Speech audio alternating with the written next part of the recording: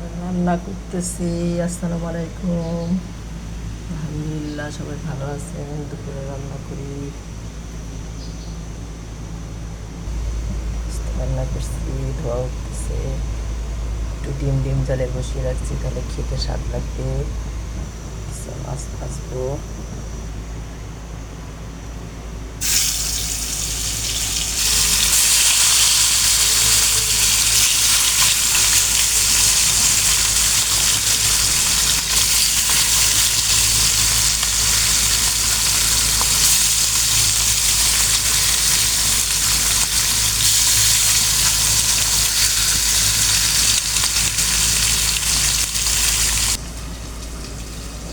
মশলাগুলো নিয়েছি, পোলাও রান্না করব। 3 পট চালের পোলাও রান্না করব। মশলাগুলো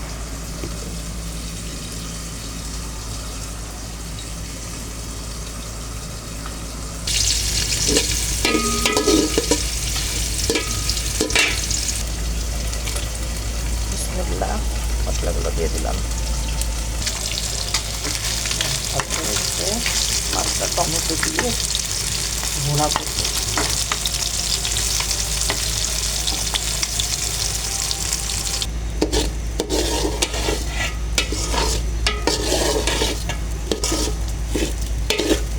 চালটা ভালো করে ভাজবো। আসবে হালকা, ভাজতে হবে অনেকক্ষণ।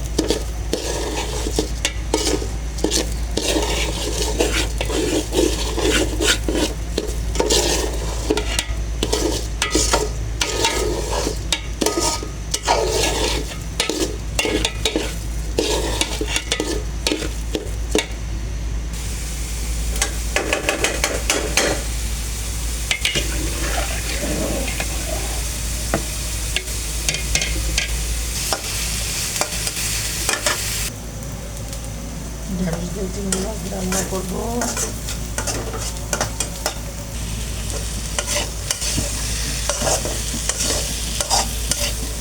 করবো 2 মিনিট মতো করে, তারপরে এটার মধ্যে গরম পানি দিয়ে দিব। দিয়ে যখন টক দিয়ে উঠবে, তখন 2 মিনিট টক বগাবো। মাছ ছেড়বো, মাছ দিয়ে 10 মিনিট টক বগায়া ধনা পাতা অথবা জিরা ডালচিনি দিয়ে নামিয়ে ফেলবো। জলদি আমার মাছ ভুনা হয়ে যাবে, এবং খুব কম তেলে। আপনারা দেখেই বুঝতে পারতেছেন। দেখেন, পানি দিয়ে দিলাম, গরম পানি। এই ধোয়া উঠতেছে, দেখছেন? গরম পানি দিচ্ছে। এখন এটা একটু বলক উঠবে, টক বগাবে 2-3 মিনিট, মাছ দিয়ে দিব, হয়ে যাবে। ভিউয়ার্স, আমার পোলাও হয়ে গেছে। এখন দমে রাখছি 10 মিনিট রেখে, আমি একটু উঠতেছে। কিশমিশ দেওয়া হয়েছে, বেরেস্তা দিয়ে দিব, দেখাবো। টক বগাচ্ছে, এখন মাছটা দিয়ে দিব।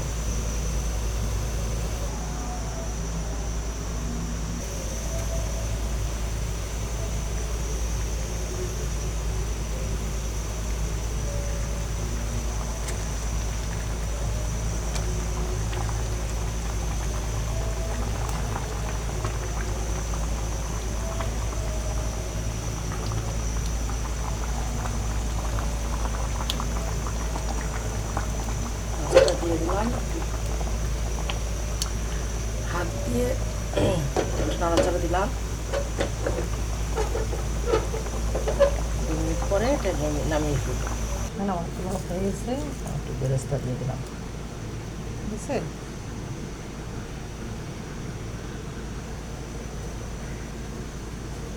মাছের তরকারি টক বগাচ্ছে, ঠিক আছে? এখন চুলাটা মিলাই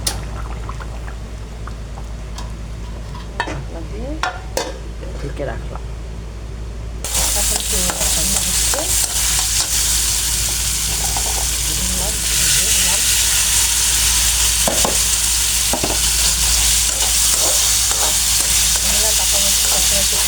পরে দিই, কালারটা ফ্রেশ থাকে এবং কাঁচামরিচের যে ঘ্রাণটা অনেক সুন্দর থাকে, একেবারে ন্যাচারাল থাকে। আপনারা পরীক্ষা করে দেখতে পারেন। এই হলো অবস্থা। আমি ঢ্যাঁড়সটা দিয়ে দেবো। খুবই অল্প মশলা এবং অল্প তেলে রান্না করি, আপনারা দেখলেই বুঝতে পারছেন। স্বাস্থ্যের জন্য ভালো।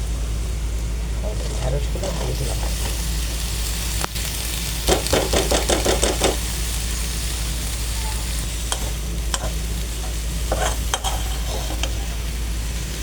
দেখেছেন এখন একটা সবুজই আছে, কালারটা সবুজ থাকলে ফ্লেভারটা সুন্দর থাকে এবং কালারটা সবুজ থাকে, মনের মধ্যে একটু শান্তি লাগে, ভালো লাগে। তখন ভাজলাম, নাড়াচা করলাম, একটু কষিয়ে নিলাম।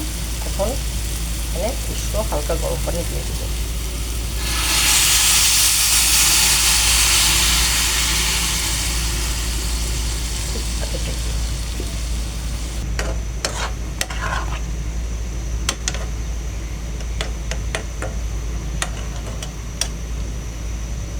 অনেক জোরে জাল দিব, 5 মিনিট জাল দিয়ে 1 মিনিট মৃদু আঁচে রেখে নামিয়ে নেব। পানিটা ঠিক এখানে থাকবে। আল্লাহ হাফেজ, সবাই ভালো থাকবে।